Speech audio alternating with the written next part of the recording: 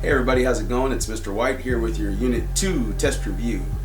So go ahead and get out your test review paper. You should have one. If you're in on level, it's yellow. If you're in K level, it's purple. Regardless, it should say Unit 2 test review up at the top. Okay, so if you don't have the test review, of course you can download it from my website. Just check the link right here. Okay, and without further ado, let's go ahead and get started. Alright, so number one, it's talking about the Persian Empire. I know there's not a number, but you know, if you look on the left-hand side at the top, first thing it says Persian Empire. Okay, the Persian Empire, first of all, it wants to know about geography. Now, the geography of the Persian Empire was that it extended from Asia to Africa and even a tiny little bit of Europe. So you could even say like Eurasia, because it was in Europe and Asia. And the thing was, they wanted to expand into Greece, and that led to a lot of wars. If you've seen 300, you know what I'm talking about. So check out this map of the Persian Empire.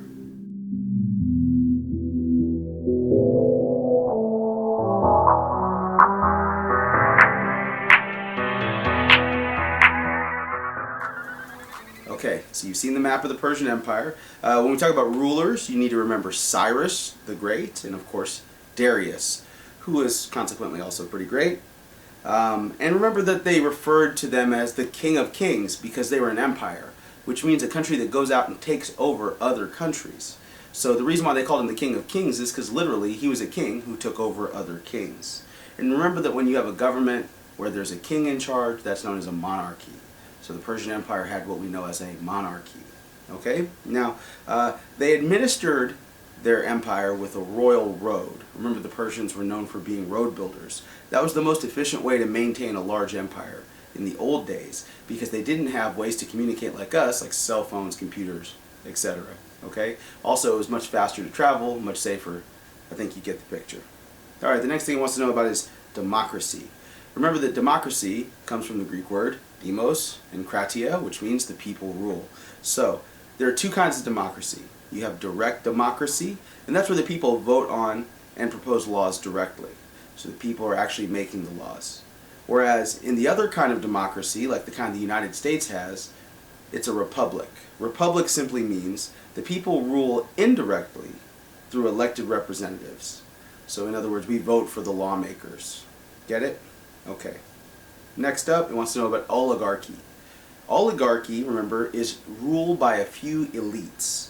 And you may remember that we talked about Sparta as having an oligarchy because they had a group of 28 elders and then 2 kings. Those are the only people in the society who had any say over the laws, and so that's why we call that an oligarchy. Alright, next up, geography of Greece. Let's check the map.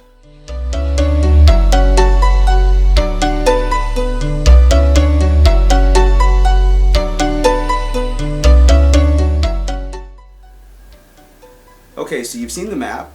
Greece is known for having lots of mountains. It's a very mountainous place, and it's also got a lot of islands. So when people in the ancient times were separated by mountains and islands, they didn't really have a good way to unite, and that's why Greece developed into independent city-states, because people were divided by these geographic barriers like mountains and islands. Alright, next up, Eratosthenes. That's how you say that guy's name, Eratosthenes. He was a Greek geographer. He was actually the guy who came up with the term geography, which means study of the earth.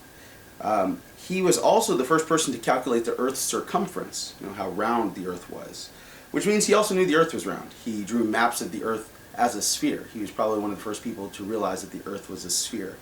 And he was also somebody who drew maps that included latitude and longitude. So many people consider Eratosthenes to be the father of modern geography, or I guess father of geography in general.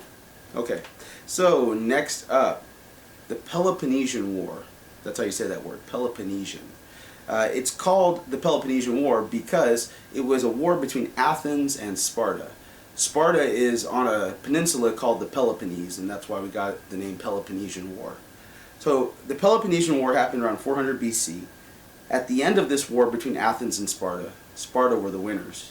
And so the result of the Peloponnesian War is that it was the end of democracy in Athens because Sparta took over. They were militaristic. They didn't like democracy, so when they conquered Athens, that was the end of democracy. Okay, number 7, Greek art and architecture. Guys, really, there's a video. You should have watched it by now. If you haven't watched it, here's the link, okay? Go watch the video if you don't remember about Greek art and architecture. Moving on. Number 8. Socrates, Plato, Aristotle. Those guys were important Greek philosophers. You know, philosopher means lover of knowledge. Those are the people who thought that knowledge and reason could help us understand the world and make our lives better. Okay?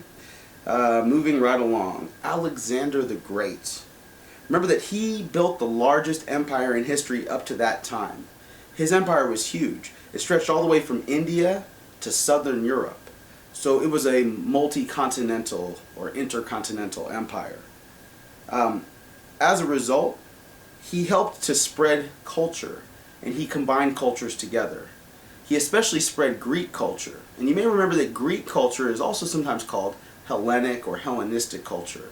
And because of Alexander the Great, nowadays when we think of Hellenistic culture, it's actually a blend of Greek culture mixed with Egyptian and Persian and even a little bit of Indian influences. And that's all because you might remember that Alexander made it a policy to blend the culture of his army with the places he conquered. Okay, moving right along. Number 10. Similarities between the Greeks and the Romans. Well, we know there were a lot because the Romans were prolific copycats. But, of course, we can't say too much about that because we're big copycats too here in the U.S. Of course, we've copied a lot of the things the Greeks and the Romans did as well. Just a few to name that you should know. Remember that the Greeks and the Romans essentially had the same gods. It's just that the Romans gave them different names than the Greeks. Another thing that's similar is the art and the architecture. Once again, go back and check the video if you want to see what were the artistic and architectural similarities between Greece and Rome. Also, remember that their alphabets are very similar. The Greeks and the Romans both copied their alphabet from another group in the Mediterranean known as the Phoenicians. And so that's why the Greek alphabet and the Latin alphabet have so many similarities. Also, you might remember that they both used democratic forms of government. Of course, in Athens, Greece, it was a bit different because they had direct democracy, where the citizens ruled directly by proposing laws. But in Rome, they had a republic, which is an indirect democracy, where the people got to vote for members of the Senate, who then made the laws. Okay? Now, number 11, the Roman Empire. Let's check out a map of the Roman Empire to understand this one.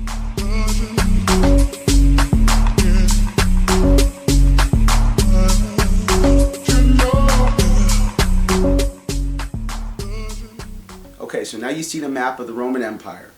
You might have noticed that the city of Rome is on a peninsula. A peninsula is land surrounded on 3 sides by water. It's the Italian peninsula. And by being on the Italian peninsula, they had a central location in the Mediterranean Sea, which just made it a lot easier for them to control the Mediterranean region. They could just get to places much faster because of that central location. All right, number 12, the Roman Republican form of government. You might remember that republic means that the people rule through elected representatives. So that's an indirect type of democracy, or a representative democracy as we call it. Now, some things about the Roman Republic that you ought to know is that they had separation of powers, the different branches, remember the executive, judicial, and legislative. And because of the separation of powers, they also had checks and balances, so that there were different branches of the government checking each other's power to make sure that no one branch became too powerful. They also had citizens who could vote for their lawmakers, and they had a Senate that made the laws. They had 2 presidents that were known as consuls, and they also had a judicial branch made up of judges known as praetors. They also had lawyers and juries just like we do today in the United States. This was actually a model for many of the European and, of course, American government systems that would come on later. And so if you notice that there's similarities between our government and Rome's government, that's not by accident. Our founding fathers modeled our government system after the Roman government system.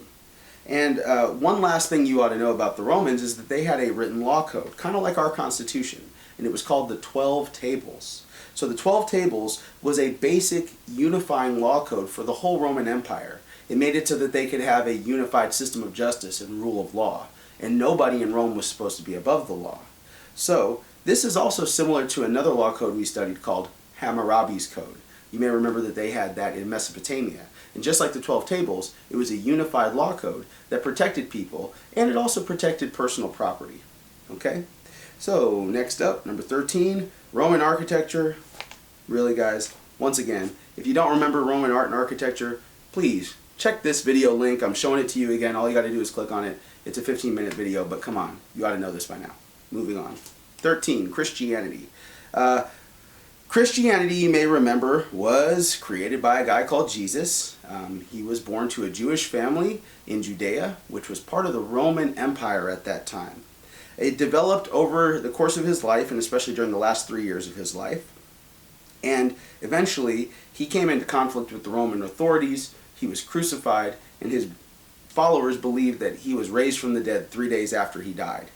Now, his followers were known as missionaries, and they spread his teachings all throughout the Roman Empire. This was made possible by a couple things.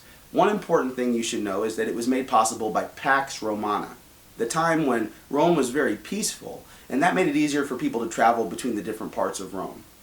Also, Roman roads, that infrastructure built by the Romans, made things much easier for Christian missionaries to travel from town to town, spreading Jesus' teachings. Now, you might remember that Christians have many things in common with Jews. Like, for example, they believe in one God, which we call monotheism, and they believe in the Ten Commandments. They also believe in many of the same Bible stories that Christians have in the first part of the Bible, which is their holy book. You may remember the first part of the Bible is called the Old Testament, and it's almost exactly the same as the Jewish holy book, which is called the Torah. The reason why there's so many similarities is because, as you may remember, Jesus was born to a Jewish family, so a lot of his teachings came from his upbringing, which was a Jewish upbringing. Okay, so here we go, number 15. Government processes of the USA, Rome, and Greece, the similarities. We've already mentioned a few. Remember that all three had separation of powers. You have different branches of government. That also means that you have checks and balances where those different branches check up on each other and sort of limit each other's powers.